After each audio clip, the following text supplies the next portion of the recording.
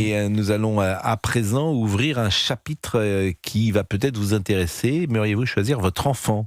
La question est surprenante. France 2 a fait un reportage dans le journal de 20h en Californie sur le business des enfants sur mesure. Des enfants sélectionnés pour leur gène. Exemple, des entreprises fournissent des données sur les embryons qui peuvent prédire un fort QI, une future taille, une meilleure santé, les probabilités de maladie. Choisir des embryons sur différents critères, vous en pensez quoi ? Le processus est évidemment interdit en France. Sabrina Medjeber. C'est de l'eugénisme en fait, je sais pas. Choisir son enfant selon des critères comme ça, établis à l'avance, on est dans la transhumanité, je suis pas... Ça, vraiment, ça me choque. Ça me choque, je vais pas détailler davantage, mais je trouve ça extrêmement choquant de choisir son enfant comme un catalogue de mode, quoi. Pour qu'il soit le plus performatif, on escamote la nature, on escamote la surprise, on escamote l'émerveillement de la découverte d'un enfant, c'est fou, quoi. Si on est honnête, par exemple, il y a beaucoup de gens déjà qui préfèrent ou un garçon ou une fille. S'ils ont le choix, s'ils peuvent choisir le sexe de l'enfant qu'ils vont avoir, c'est le même principe. Ça part de là. C'est le même principe. Si tu il y a une différence entre choisir le sexe et choisir le mais c'est quand même un basculement anthropologique, quoi. Je veux dire, non, c'est pas du tout le même principe. C'est choisir. Non, mais c'est choisir différente. Vous voulez qu'on choisisse la couleur de peau aussi ? Donc ça vient heurter la sélection naturelle, en fait. C'est un basculement anthropologique effrayant, quoi. Mais je suis pas là pour dire mon avis. Je suis là pour dire, je vous ai dit, soyons honnêtes. Si vous demandez, par exemple, une femme qui a eu 3 garçons, si lors de sa 4e, si lors de sa 4e grossesse, elle a le choix d'avoir une fille. Mais ça n'a rien à voir. Pourquoi vous dites ça ? Mais ça n'a rien à voir avec moi. En l'occurrence, j'ai vu ce reportage et c'est en effet des parents qui disent oui, j'aimerais que mon fils soit intelligent. Ça, en l'occurrence, ça se choisit pas. Le sexe, à la limite, c'est quelque chose d'assez biologique. Et il n'y a que 2 solutions. Moi, j'ai vu le reportage aussi, et quand même, dans le reportage, ils mettent si c'est pas un génie, je serais un peu déçu. Il y a un couple de pères qui dit voilà, si c'est pas un génie, je serais un peu déçu. Ça n'a rien à voir avec le sexe. Donc, il y a un autre couple où ça m'a beaucoup, un peu choqué. Ils font une FIV, donc une fécondation in vitro, ce qui normalement se fait quand on n'arrive pas à avoir d'enfant, et ils le font pour pouvoir choisir le meilleur embryon. Est-ce que donc, faire une FIV quand on n'a pas besoin, oui, c'est assez. Est-ce que vous voulez entendre quelques extraits de ce reportage ? Voici un bébé supposé quasiment parfait. Dax, né il y a 5 semaines d'une mère porteuse, est sélectionné pour ses gènes prometteurs. Les données indiquent pour lui une taille de 1m92 et prédisent un QI de 146, ce qui est franchement pas mal. Et une espérance de vie supérieure de près de 2 ans à la moyenne. Cet informaticien et son mari ont choisi sur différents critères celui qu'ils jugeaient comme le meilleur des embryons parmi les 12 fécondés dont les gènes ont été analysés. Mais c'est ignoble. Mais vous dites c'est ignoble. J'entends tout ce que vous dites, mais ce qui est terrible, c'est que si on vous donne, je le répète, le choix. Non, mais vous l'avez pas le choix. Non, mais quand vous faites non, mais attendez, Pascal, quand vous faites une fécondation in vitro, ça veut dire que vous faites des piqûres dans le ventre pour faire grossir des ovocytes, qu'on vous les ponctionne et qu'ensuite vous mettez de la progestérone pendant 15 jours. Donc c'est pas un choix qui implique aucune conséquence. Ça veut dire que vous faites une fécondation in vitro, normalement quand vous avez du mal à avoir un enfant, et là vous le faites pour choisir le meilleur embryon. Et en plus, vous payez très cher pour ça. Enfin, c'est une autre conception, quand même. Alors, ne parlons pas de la recherche là où elle est aujourd'hui. Dis ce que vous vouliez dire. Et parlons en théorie. Théorie. Non. Si on vous dit, voilà, vous avez le choix de choisir un enfant, effectivement, en fait, c'est lorsque vous rêvez de votre enfant. Quand vous n'en avez pas, vous dites j'aimerais qu'il soit intelligent, j'aimerais qu'il soit en bonne santé, j'aimerais qu'il soit beau ou belle, etc. Donc si on vous donne la possibilité d'avoir ça, que vous payez très cher, que vous payez.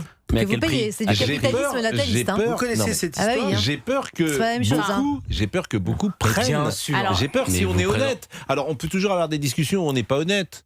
L'intervention d'une mère porteuse. Moi, ce que je pense, peut-être, c'est qu'il ne faut pas donner le choix à ce moment-là, parce qu'il ne faut surtout pas aller là-dedans, parce que si on y va, c'est une dérive. Et vous avez raison, si on l'a, tout le monde va le prendre. Tout le monde va je- vouloir opter pour cette ça sera une solution. tentation, et Ouais, bien sûr. c'est ça qui est horrible, parce qu'effectivement, c'est pas le sens de la vie. Voilà. J'entends, Ah oui, non mais j'entends ce que vous dites. Oui. J'entends. Vous voulez un deuxième extrait Si de Marie-Estelle votre Dupont entreprise était là, elle vous dirait qu'on ne loue pas un utérus et que l'utérus des femmes n'est pas un Airbnb. Mais, Bah oui, c'est mais vrai que elle les aurait mères- raison. Elle aurait raison, mais Et une mère je porteuse retiens. fait toujours ça pour des raisons financières. Aucune femme n'a envie de Exactement. porter l'enfant d'une autre. Exactement. mais je vous assure. Donc ça veut dire qu'on est dans une situation de précarité financière, sinon on ne l'accepte pas. Voilà, donc c'est Mais lui, un il parle nouveau d'autre chose, capitalisme. Non, mais Pascal. c'est un Là, c'est néo-capitalisme encore nataliste. Bah oui, Non, mais tout est lié, c'est vrai. vous Parce avez que là, raison. il y a l'intervention d'une mère porteuse dans Bien l'enfant sûr. dont on a parlé tout à l'heure dans l'extrait, donc tout est lié. Vous avez raison, je ne peux pas vous dire autre chose. Des entreprises investissent pour permettre de choisir son bébé, c'est ça qui nous intéresse. C'est du business, quoi. Écoutez, Placardé dans le métro new-yorkais, ces publicités géantes. Choisissez votre bébé, le meilleur, le plus intelligent, avec la meilleure santé. C'est la nouvelle lubie des milliardaires de la Silicon Valley qui investissent en masse dans des startups d'optimisation génétique, lancées dans une course effrénée au potentiel bébé du futur. L'une de ces entreprises, Erasite, nous a ouvert ses portes. Tout se passe dans ce laboratoire en Caroline du Nord. Tous les embryons sont stockés ici. Dans ce congélateur, des cellules d'embryons fécondées in vitro. Ils arrivent comme ça dans ces petits tubes, un embryon par tube. L'ADN est extrait, puis le génome entier de chaque embryon est séquencé, tout comme celui des parents. Il nous faut entre 48 et 72 heures pour avoir assez de données pour chaque échantillon. L'objectif, croiser les informations et établir ce qu'on appelle un score polygénique, une estimation des prédispositions de chaque fœtus à On développer tel sélectionne trait tes ou enfants telle maladie. préalablement pour éviter. choisir des embryons sur différents critères, voilà le sujet que nous vous proposons. France 2 a fait un reportage dans le journal de 20h hier sur ce qui peut se passer en Californie. Je vous propose d'écouter les arguments d'un directeur de laboratoire. Le but est d'avoir des enfants en bonne santé, qui ont du succès, qui ont tous les avantages dans la vie, quel que soit l'avantage. Cette sélection, est-ce que ce n'est pas un risque, une porte ouverte à beaucoup de choses, dont l'eugénisme? Il y a toujours un risque que le gouvernement intervienne et prenne le contrôle, force les gens à faire des choses. Mais ce n'est absolument pas ce qui se passe ici. Nos clients sont des individus qui veulent avoir un choix en toute liberté. Et 16h54, c'est un beau sujet de C'est un film. très beau sujet. Moi j'ai une histoire pour illustrer cette thématique. C'est une femme qui ne peut pas avoir, enfin dont le mari n'est plus là et qui veut avoir un enfant parfait.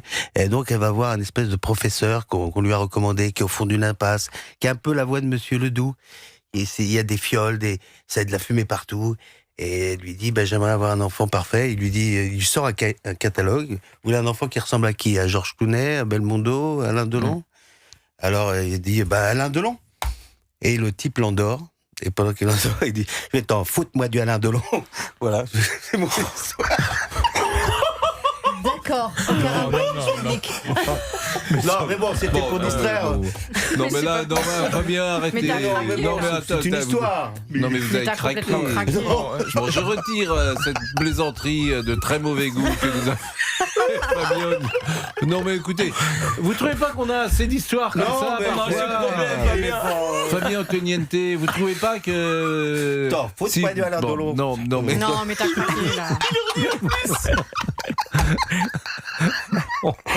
Non, mais elle est horrible, votre histoire. Bon, d'abord, je présente mes excuses auprès des auditeurs d'Europe 1 parce que cette histoire est nulle.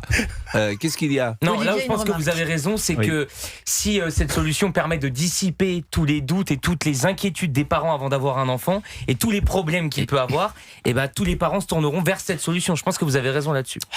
Monsieur. Non, mais moi je rejoins ce que disait Sabrina. On va vraiment dans l'eugénisme, dans l'amélioration de l'espèce humaine. Ça fait des milliers d'années que la société et la civilisation fonctionnent d'une manière. On n'est pas là pour améliorer. T'es pas encore père, hein, t'es pas encore père. Oui, bon, vous en savez rien déjà.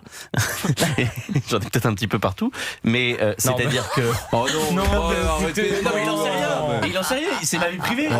C'est ma vie privée. J'ai le droit d'avoir Non, mon jardin intime. on avait commencé cette émission sous les bons auspices. Non, mais il n'a pas un. Excusez-moi, vous parlez depuis tout à l'heure d'un truc qui est quand même beaucoup plus grave, qui est de choisir l'intelligence de nos enfants. Je vous demande de vous arrêter. De sexe, de parfum de peau. Je vous demande de vous arrêter. Vous qui êtes père, vous êtes d'accord avec ce que je dis ou pas?